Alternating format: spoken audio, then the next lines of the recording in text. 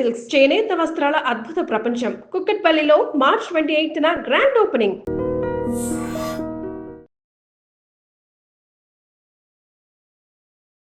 నమస్కారం, మీరు చూస్తుంది ఐ డ్రీమ్. నేను మీ కీర్తి. నాతో పాటు ప్రముఖ ఆస్ట్రాలజర్ బ్రహ్మశ్రీ గోరుగుంట్ల సురేష్ బాబు గారు ఉన్నారు. నమస్తే సురేష్ బాబు గారు. కీర్తి గారు నమస్కారం అండి.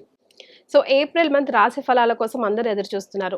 ఉగాది పంచాంగ శ్రవణం అయింది. ఈ సంవత్సరం అంతా ఎలా ఉండబోతోందో తెలియజేశారు. సో ఇప్పుడు ప్రత్యేకంగా ఏప్రిల్ మాసం ఎలా ఉంటుందో. సో ఏప్రిల్ మాసం మనకు ఫస్ట్ మాసం అని చెప్పుకోవాలేమో.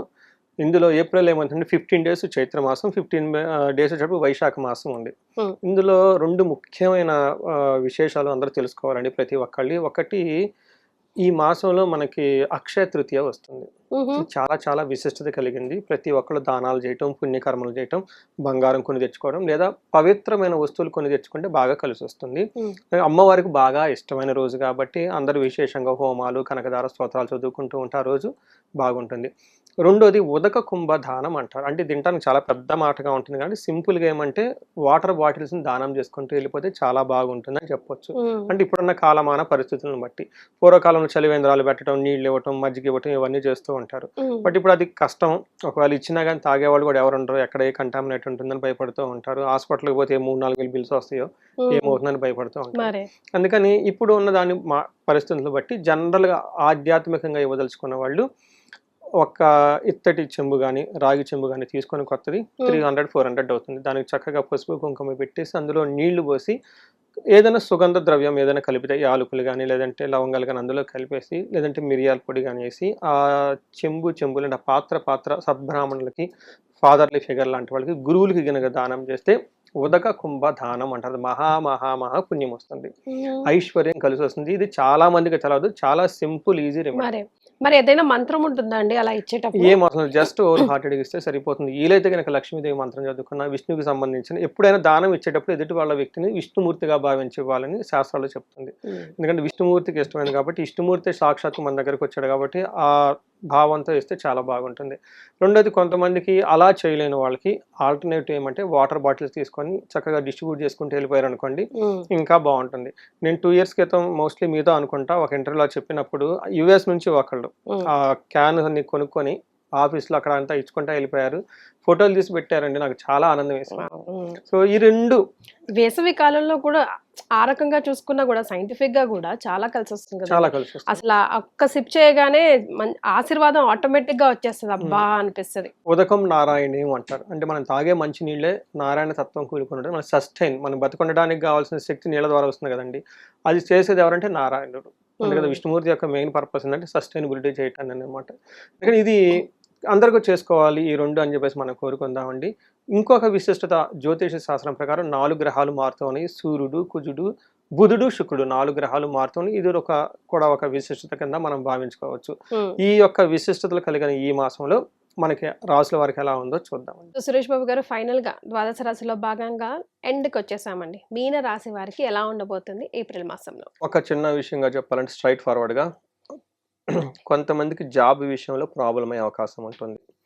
ఈ ఒక్క విషయం గమనించుకుంటే మిగతా అంతా నార్మల్గా ఉందని చెప్పుకోవచ్చు. మిగతాదంతా బ్యాలెన్స్డ్గా ఉంది. కొంచెం ఇబ్బంది పడవచ్చు, కొంచెం సపోర్ట్ రావచ్చు, అటు ఇటు వెళ్ళిపోవచ్చు.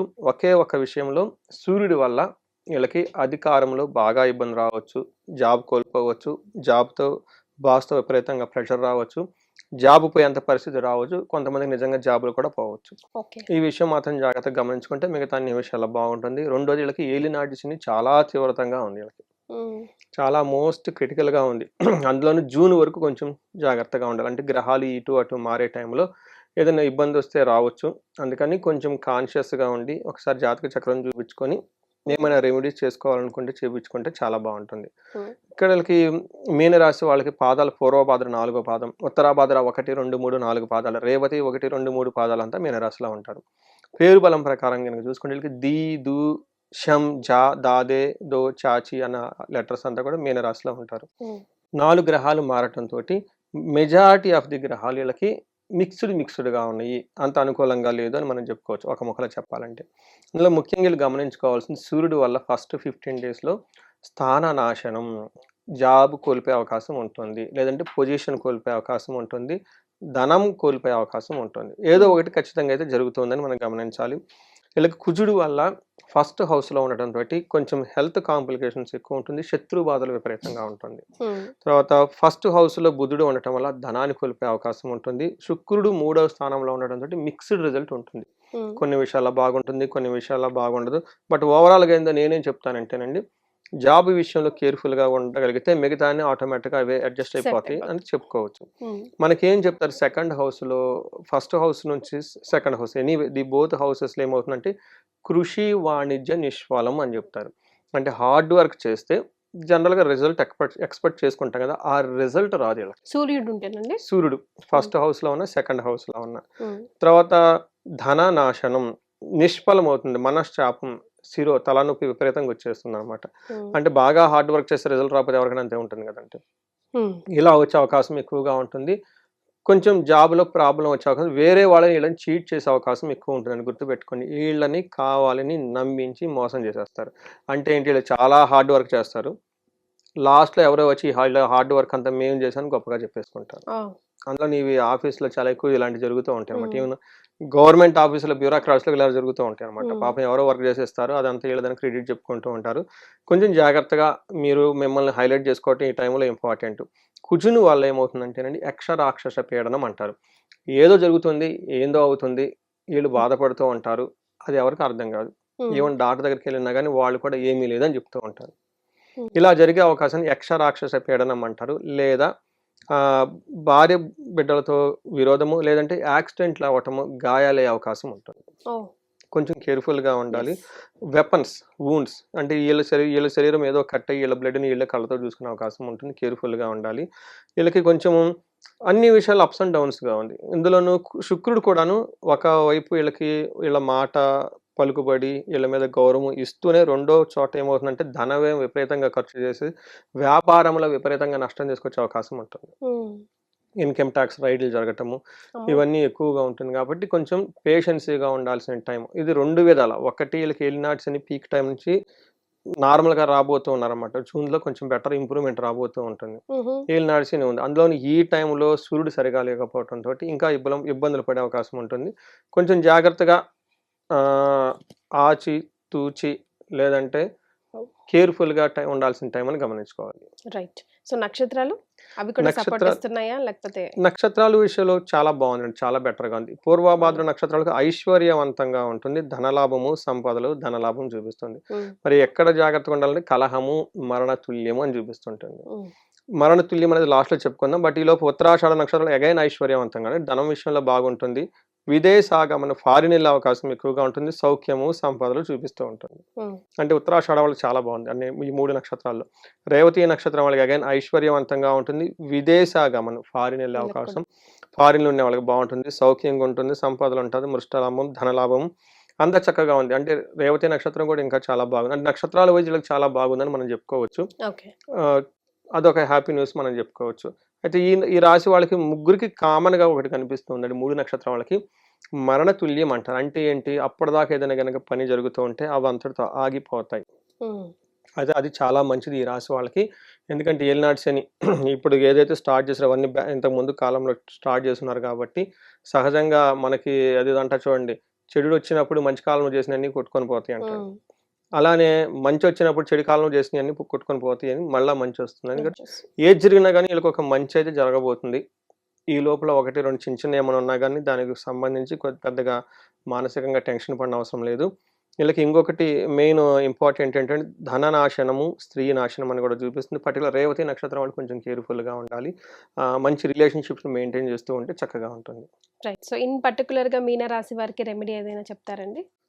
మీనరాశి వాళ్ళకి శనికి సంబంధించిన సంపూర్ణ శాంతి పూజలు చేయించుకోవడం చాలా చాలా important.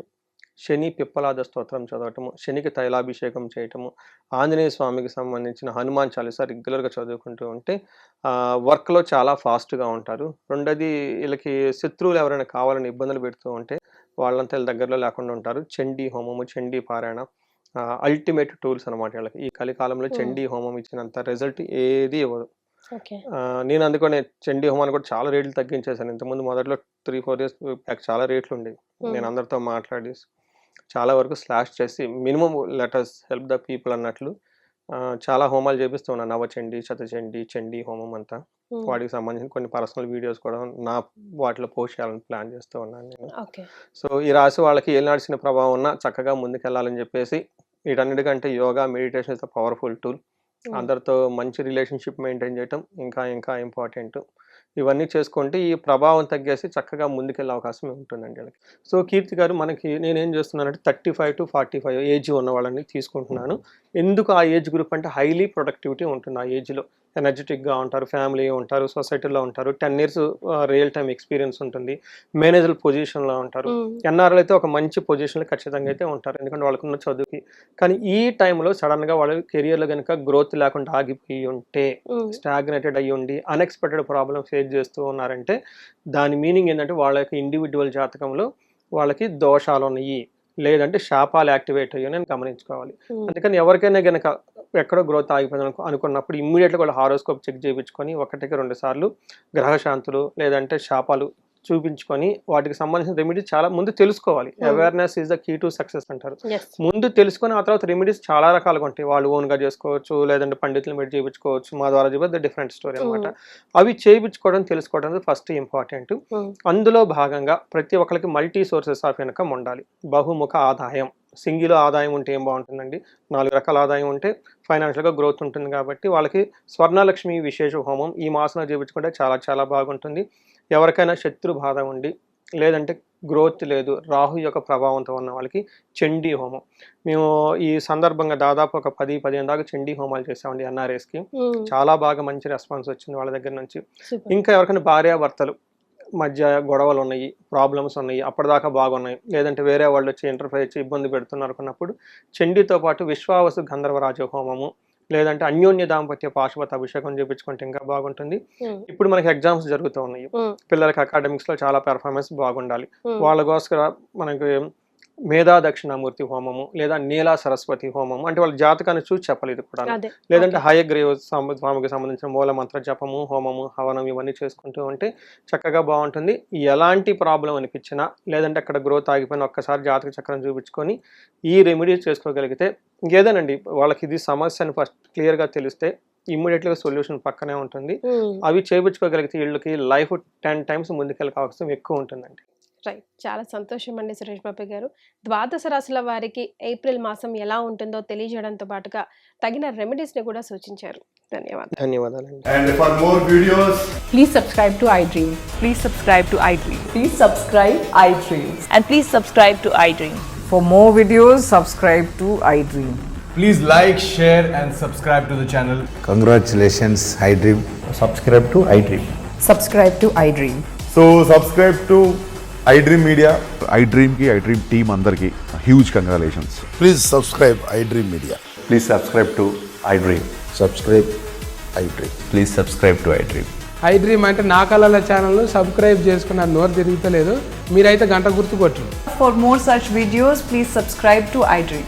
Subscribe to iDream. Please subscribe to iDream. Please subscribe iDream Media. Please do subscribe to iDream. Please subscribe to iDream Media. For best entertainment and information, please subscribe iDream. And don't forget to subscribe to iDream.